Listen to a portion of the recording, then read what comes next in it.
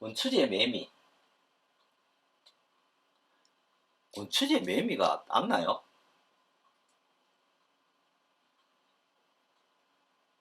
우리 집에도 원추리가 있고, 주변에 뭐 원추리 많이 크던데, 원추리 꽃대에 매미가 앉을 이유는 없잖아요. 그렇지 않나요?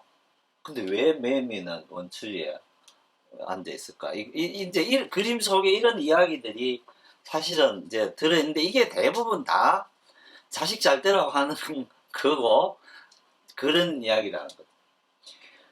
자, 원춘이가 꽃이 피기 전에 모양이 얘가 이제 그 남성의 성기 모양을 닮았다고 해서 그러면은 이거는 이제 아들을 뜻하는 거겠죠. 아들을 낳아야 되고 매미는 그 우리 관복 전시대 관복을 입으면은 요렇게 매는 그 뭐랄까 익성관이라 합니까? 이렇게 익승관, 익성관이라고 하죠. 동글하게 있는 거. 토끼 예, 귀 같은 거. 예, 요게 매미를 이제 매미랑 닮았는 거죠. 그래서 매미를 그리는 것은 익성관을 쓴 사람이 되게끔 그러니까 그런 이제 희망을 내포하고 있는 그림인 거죠. 그래서 우리 산수화를 하거나 인물화 속에서는 이런 이야기는 없죠. 근데 대부분 이제 화조나 이런 이제 어, 곤충 요런 것들에는 십장생인데 이런 데는 대부분 의미를 다 담고 있어서 그 의미만큼 세상이 좋아지기를 바라기도 하고 내가 좋아지기를 가정이 좋아지기를 집안이 좋아지기를 그런 바람을 가진 그림을 그렸다. 그러니까 이걸 이제 때에 따라서 뭐 아이가 태어나면은 선물하기도 하고 결혼하면은 선물하기도 하고 나이가 들어서 뭐 회갑을 맞으면은 거기에 맞춰 선물하기도 하고 그런 거죠. 자, 이거는 이제 전신사임당이라고 이렇게 표현되어 있죠. 실제로는 국립중앙박물관에 거도 전신사임당이라고 적어 놨습니다. 근데 그럼에도 불구하고 신사임당이다 이렇게 이야기를 하는 거죠. 그래서 똑같은 내용입니다. 그죠? 뭐 봉서다 이건 앞에 없었고 거의 같은 그림들을 서로 다른 필체로 뭐 완전 다르죠. 아까 그 가지와 이 가지 수박도 좀 다르고 오이도 조금 다르고 원추리도 다르고 하여튼 많이 다릅니다. 다른 그림들을 그려놨는데 요거는 이제 강릉 보주컨에 소장하고 있는 거라서 훨씬 더 직접적으로 이게 신사임당의 거라는 기록에 가까운 기록이 있겠죠. 자기들이 가지고 집안에서 가지고 있는 거니까. 자, 여기 보면은 앞에 그림은 굉장히 좀 부드러웠죠. 그 형태도 외곽 형태도 부드럽고 조금 색채도 부드럽고 근데 반면에 굉장히 메마른 느낌이죠. 아주 어, 이런 형태도 날카롭고 필체도 어, 그러니까 앞에 봤던 그림은 음, 그냥 선이 시원하게 그냥 쭉쭉 이렇게 나갔잖아요. 근데 여기 보면은 그냥 안 나갔어. 붓이 난처 그리듯이 꺾였어요. 그러니까 요거는 예를 들어 근데 이런 그림을 그리는 사람은 난처 공부를 한 사람인 거죠. 그러니까 그것도 난초가 우리나라에서 많이 안 그려졌거든요. 우리나라에서 난초 그리는 사람이 거의 없어요. 18세기 이전에 난초 그린 사람들은 거의 없어. 18세기에 강세왕이 그린 난초가 몇 개가 있고요. 그리고 난초는 그 후대에 와서 추사 이후에 많이 그려지는데 왜 안 그렸을까? 실제로 한양에서 난을 키우기가 정말 어려웠대. 난을 키우기가 어려워서 난을 키우는 사람도 별로 없었고, 난초가 그렇게 중요하게 대두되어야 될 만한 그런 어, 그림의 종목이 아니어서 별로 그리지 않았었는데, 근데 이제 요런 꺾임의 난초는 사실은 18세기, 19세기 되어서 나타나는 거거든요, 저게. 그전에는 저렇게 그리지도 않았고 그냥 아주 앞에 그림처럼 부드럽게 그려졌으니까, 그럼 이 그림은 굉장히 뒤에 그려졌을 가능성도 있겠다 싶은 거죠. 자, 여기도 보면은 다 이렇게 접혀서 넘어가는 부분에 대한 표현을 잘 해놨죠.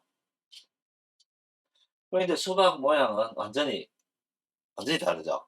아까는 뭐 꼬불꼬불한 문양 표시까지 그려놨었는데, 여기는 그냥 우리가 요즘 수박 아니죠, 참외의 무늬 같은 뭐 그런 이제 문양으로 되어 있고요.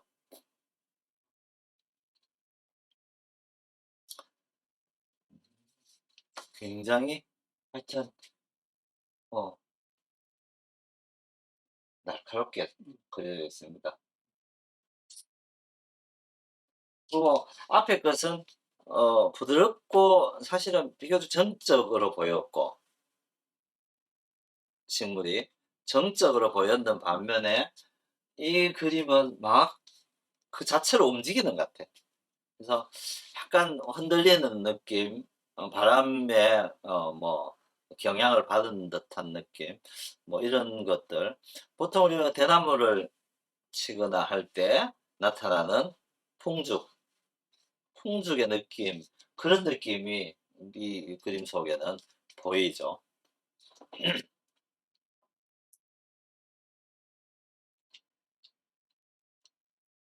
요 가지는 또 달라요, 그죠? 이 그림은 다른 사람 그림인 것 같기도 해요. 그죠? 이제 요 바탕이 이게 달라서 이미지는 다른데 이미지를 가져왔는데, 실제로 같은 그림이에요. 같은 바탕인데 화면상, 사진상 이렇게 나와 있는 거고, 근데 이제 꽃잎이나 잎이 남은 잎을 그린 모양들로 보면은 앞에 다른 것들하고는 좀 차이가 있다, 이렇게 보여지고요. 자, 이 그림은 이건 또 간송미술관본입니다. 이거는 이제 팔면첩으로 되어 있으니까 이제 책처럼 화첩으로 되어 있는 거겠죠. 앞에 두 그림하고 비교하면은 실제로 이거는 훨씬 더 수준이 좀 더 낮죠. 그러니까 약간 좀 기운도 없어 보이고 좀 조잡스럽기도 하고, 그렇죠. 그래서 아, 이거는 여러 예를 들면은 잘 그린 그림을 이제 우리가 이제 민화는 나중에 따로 우리 이번 강의는 저 민화를 넣지 않아서 중간중간에 이야기할 텐데, 그래서 민화가 양식화돼서 나타나는 과정, 그러니까 이게 분명히 있을 텐데, 우리 미술사에 보면은 이렇게 딱 정의를 하는 걸 좋아하지, 그게 왜 그렇게 왔을까에 대한 고민과 고찰은 별로 안 해요. 근데 미나는 왜 지금 우리가 알고 있는 미나라는 그런 양식과 그런 디자인 형태로 발전했을까? 이 고민을 제 나름대로 정리를 해보자면은, 민화의 표본이 되는 그림은 다 궁중에 있습니다. 궁중에 궁중의 장식용 그림으로 어, 벽사의 의미로 궁중 안에서 왕족들의 삶 속에 필요한 디자인으로 다 만들어진 거거든요. 근데 이게 왕족들만 쓰는 게 아니고 양반도 하고 싶잖아요. 그러면은 왕족들이 쓰는 건 다 도화서 화원들이 그린단 말이야. 임금 왜 근정전 뒤에 있는 뭐 일월오봉도 같은 거 이런 거 다 이제 도화서 화원들이 그려서 다 이제 나눠주고 장식하는 거거든요.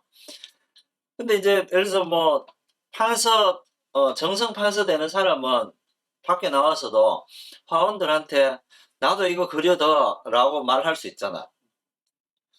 그러면은 그 그림들이 대부분 이제 부녀자의 방에 걸려지는 거니까 그렇게 이제 화원들에 의해서 그려졌고 어느 지위에 있는 사람들의 방에 놓여져 있어. 근데 그 지위에 유사한 사람들 중에서 그 집에 와서 그 그림 구경한 사람도 있을 거 아니야, 분명히. 나도 저기 갖고 싶어. 근데 나는 도화서 화원을 부를 수 있는 능력이 안 돼. 그러면 어떻게 해요? 도화서 화원에게 부탁을 못 하니까 그보다 아래 급수의 화원에게 부탁을 해야 될 거 아니에요. 그러니까 저작거리 화가들에게 가서 나 이거 그려줘라고 이야기를 할 테고, 그러면은 그 화공은 그 그림을 보러 갈 거잖아요. 그 집에 가서 보든지 아니면 본이 있으니까 본을 보고 그리든지. 그리는데 문제는 실력이 차이가 있잖아. 화원의 실력과 화원이 되지 못한 사람은 분명히 실력이 차이가 있으니까 이 사람은 이렇게 그렸어. 그러면 그 그려진 집에 안에 또 밑으로 내려갈 거 아니야, 이게. 그래서 한 5번 정도 내려가면은 그냥 동네에서 그린 글 잘 그린 사람이 그려야만 되는 상황이 온다는 거지. 자, 그렇게까지 내려가면은 김홍도가 그렸던 털 하나하나의 호랑이가 시간이 내려가다 보면은 털 하나하나 그릴 수 있는 능력이 안 되니까 뭉뚱그려 그리다가 털 있는 것처럼 그리는 것도 안 되니까 그냥 디자인 양식처럼 선 모양 해서 그냥 민칠하는 것으로 바뀌어진다는 거죠. 그게 우리가 보는 민화에 나오는 까치호랑이, 88 올림픽 호돌이 같은 호랑이가 그런 형식인데, 그렇게 해서 이제 내려갔잖아요. 이게 참 재밌는 것 중에 하나가, 어느 정도를 내려가게 되면 더 이상 나빠지지 않아. 양형식이 더 이상 더 나빠질 형식은 없어요. 그것까지 내려가면은. 그 다음부터는 어쩌냐면 익숙해지는 거예요. 왜냐면은 민간에 있는 우리가 이제 급수를 매겨서 한 5급이라 치고 5급 화공들이 그리는데 그 자꾸 그리니까 익숙해지는 거야. 익숙해지면은 거기서부터 점점 다듬어지는 거죠. 자, 다듬어져서 그래 누가 그려도 멋있어 보이는 괜찮게 보이는 양식이 만들어지는 거야. 그 뒤에는 그 본만 가지고 그리면 되는 걸로 바뀌어진다는 거죠. 그러니까 민화라는 게 어느 날 갑자기 민가에서 그림을 뭐 그리고 싶어서 뭐 해가 아무나 그렸는 게 사실 아니라는 거죠. 이게 그게 생겨날 수 있는 근거라는 거는 어 사실 그런 과정을 밟지 않으면은 그 어느 날 아주 세련된 양식의 그림이 어 그렇게 수련하지 않는 화공들에 의해서 그려진다는 게 과연 가능한 일일까? 그렇게 보면은 이제 이런 과정을 거쳐서 이런 것도 뒤로 가면 갈수록 민화 쪽으로 가면 갈수록 이게 훨씬 더 간단하고 가볍고 디자인적 요소가 강한 그림으로 변화를 한다는 거죠. 앞에 있었던 그 둘 중에 하나인데요.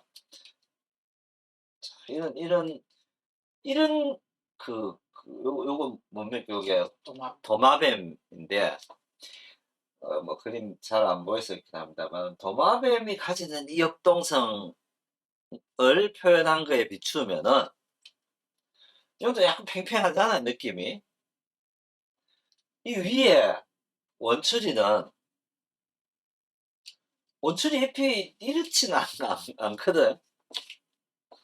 근데 이제 그렇게 보면은, 이게 확실히 본을 보고 그린 게 맞기나 하구나.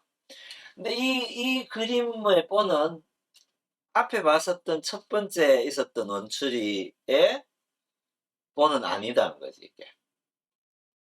그럼 이 사람은 첫 번째 있던 본을 봤으면은 그 비슷하게 그렸을 텐데, 이거는 그 본을 본 게 아니고 몇 번을 거쳐서 이런 비슷한 모양의 본이 있었겠죠. 그러니까 이렇게 그렸다고 봐야 되겠죠. 자, 5만 원짜리 포도. 자, 이 포도가 신사임당의 포도인가? 만약에 이제 포도는 율곡이 선 어머니 행장에 보면은 포도를 잘 그렸다고 엄마가 적어놨거든. 그 중에 포도를 제일 잘 그렸고, 산수는 어릴 때부터 하긴 했는데 그 이야기인 즉 되게 잘 그렸다는 표현은 아니잖아요. 그게. 그러니까 어려서 안견인 것처럼 그렸다라는 거니까 뒤에 아주 잘 그렸다는 표현은 아닌 거고, 포도는 굉장히 잘 그렸다는 거 쓰여져 있고, 또 일화에도, 신사임당의 일화에도 뭐 잔치집에 어 옷을 하나 빌려 입고 온 누군가가 뭐 일하다가 이렇게 엎질려가고 버렸는데, 그 버린 상태에 뭐 포도를 그려서 세 배를 받았다나 다섯 배를 받았다나 그걸 팔아서 옷을 뭐 이렇게 해줬다, 이런 이제 전설 같은 이야기도 따라 붙는 걸로 봐서 분명히 신사임당이 제일 잘 그린 거는 포도였을 것이다. 그러면은 이 포도가 신사임당의 그림이다라고 이야기를 딱 해놓으면은 될 것 같아요, 그거는. 근데 이 포도는 정말 잘 그렸거든요. 그러니까 포도 줄기에 이 선, 그러니까 이 선의 어, 활기참, 힘, 이런 것들은 사실 그림 조금 그려서 할 수 있는 게 아니거든. 그리고 이런 거 이게 억수로 쉽고 간단한 것 같지만은 이게 오래 숙련되어진 필력이 아니면은 이렇게 끌 수 있는 게 아니거든, 이게. 그래서 이제 요런 붓의 용필로 보나 요 채색의 말끔함 내지는 어 잎의 담백함, 요런 것들로 봤을 때 적어도 이 그림은 당대에 그려진 아주 높은 수준의 손에 의해서 그려졌다라고, 뭐 이거 아무도 시비를 걸 수 없는 정도의 음, 멋진 포도 그림이에요. 근데 이 그림에는 이제 뭐 이렇게 기록이 되어 있습니다. 동계 조기영이라는 사람이 이 그림을 보고, 송시열이 또 이제 시사임당의 그림을 보고 막 적어나는 글도 있듯이, 이제 이 그림을 하나 구하거나 화첩을 구하면은 구한 사람도 한 줄 적고 구경한 사람도 한 줄 적고, 이렇게 그 요즘으로 치면은 갤러리 가서 그림 관람하고 방명록 적는 거랑 뭐 같은 개념으로 봐도 되겠죠, 이게. 찬문을 적거나 하는 거는. 이것도 이제 그 송시열의 글 내용하고 비슷합니다. 율곡과 보면은 우 그러니까 이제 우계와 율곡이 나란히 유림에서 우뚝하고, 청송의 글씨와 신부인 사임당의 그림이 또 빼어나 예술로 세상에 이름났으니 기이한 일이다. 이렇게 이제 이 기이한 일이라는 거는 요즘의 그 기이하고는 다른 뜻인 것 같아요. 그러니까 요즘에 기이한 건 좀 이상하다는 그런 뜻이잖아요. 괴상하다, 이상하다. 근데 얘는 뭐 아주 좀 그 뭐랄까요? 그쵸. 그러니까 보통에서 볼 수 없거나 한 아주 특별한 뭔 이런 거다, 현상이다. 이렇게 해석하는 게 맞을 것 같습니다. 근데 이제 문제는 이 포도 그림도 마찬가지. 이 그림도 신사임당의 그림이다라고 이제 내려온다는 거죠.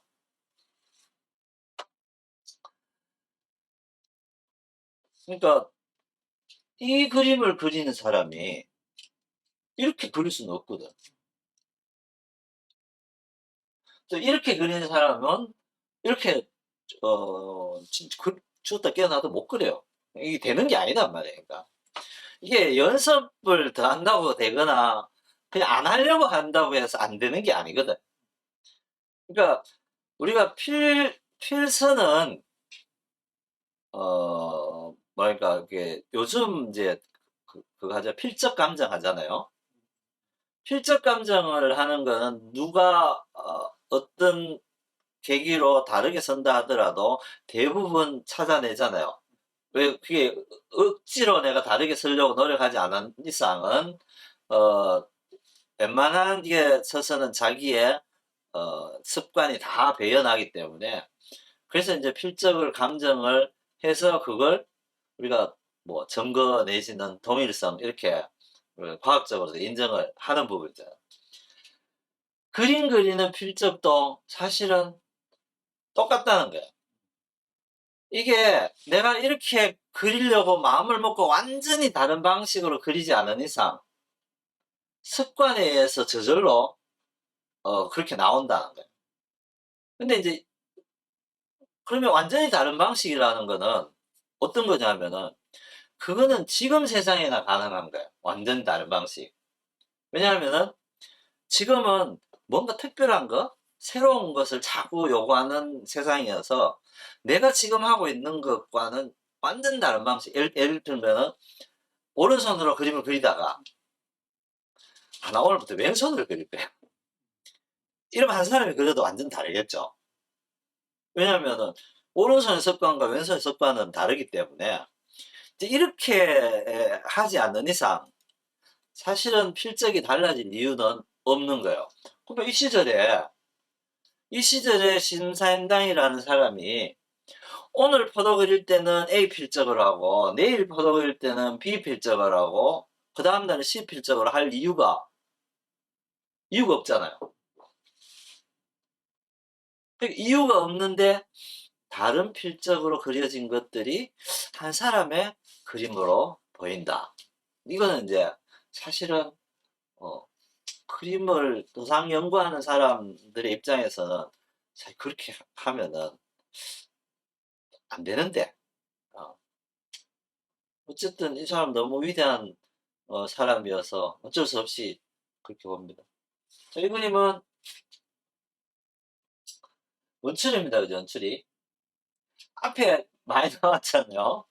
그것하고 또 다르죠. 네 개의 원추리를 이제 네 개째인데 앞에 색과도 달라. 그러니까 이게 색하고도 다른데 어쨌든 이 그림을 송시열은 이렇게 찬문을 붙였습니다.